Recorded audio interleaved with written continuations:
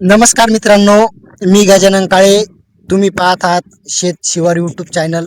आज आपण संभाजीनगर जिल्ह्यातील एक साधारण शेतकऱ्याकडून सोयाबीन ह्या पिकाची संपूर्ण माहिती घेणार आहोत. याचे नाव आहे पंढरीनाथ अय्यर. कोणतं बी म्हटलं भाऊ हे? हे फुले संगम फुली संगम. तुम्ही हिला लागवड करत असताना कशी लागवड केली?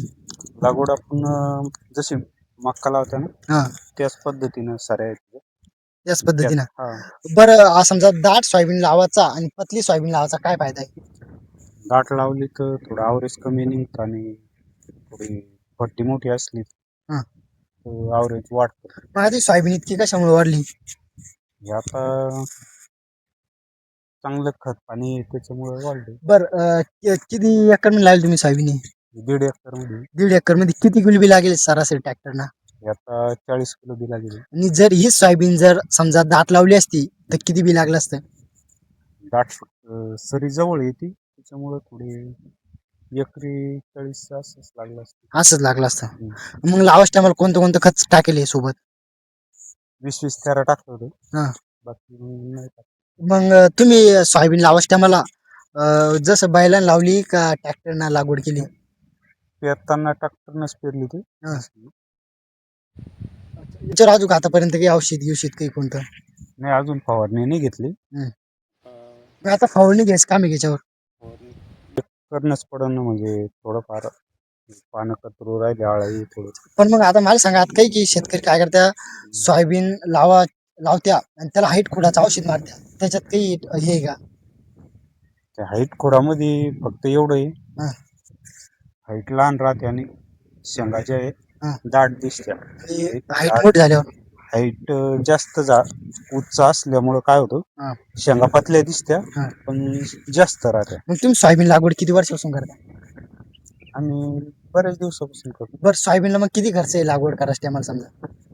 काय 4-5 हजार. आणि जर याच्या दुसरा माल घेतला असता तर किती खर्च आला असता? मक्का बी घेतली तर 5-6 हजार पर्यंत एकरी खर्च. खर्च येतो. मग याचं एकरी किती ॲव्हरेज निघेल समजा? आता एकरी निघालं पाहिजे 12 क्विंटल पर्यंत. 12 क्विंटल. मग तुम्ही शेतकऱ्याला काय सांगता की समजा सोयाबीन नेमकं लागवड कशी केली गेली पाहिजे? ते ज्याच त्याच्या पद्धतीनं, म्हणजे काय आहे, कोणी पट्ट्या पद्धतीवर पेरतं, हा. कोणी सरी जरा जवळ घेतं, हा. काही मक्काच्या येणं हा. मक्काच्या पद्धती. अच्छा. आणि आता हे तुम्हाला 40 किलो बी लागेल आहे. हे जर टोकन यंत्राने जर लागवड केलं असतं आपण तर टोकन यंत्रण थोडे कमी बी लागलं असतं. तरी किती किलो लागलं असतं? 25 किलो. टोकन यंत्रण आवडी निघलं असतं मग आणखी जादा. हा, जर कधी उगाला चांगले प्रत्येक दाणा जर उगला असता तर आवडेज निघतं ना. टोकन नवी. हा. अच्छा. तुम्ही काय सांगशाल मग शेतकऱ्याला? आतापर्यंत तुम्ही कुठलं तणनाशक मारले याच्यामध्ये?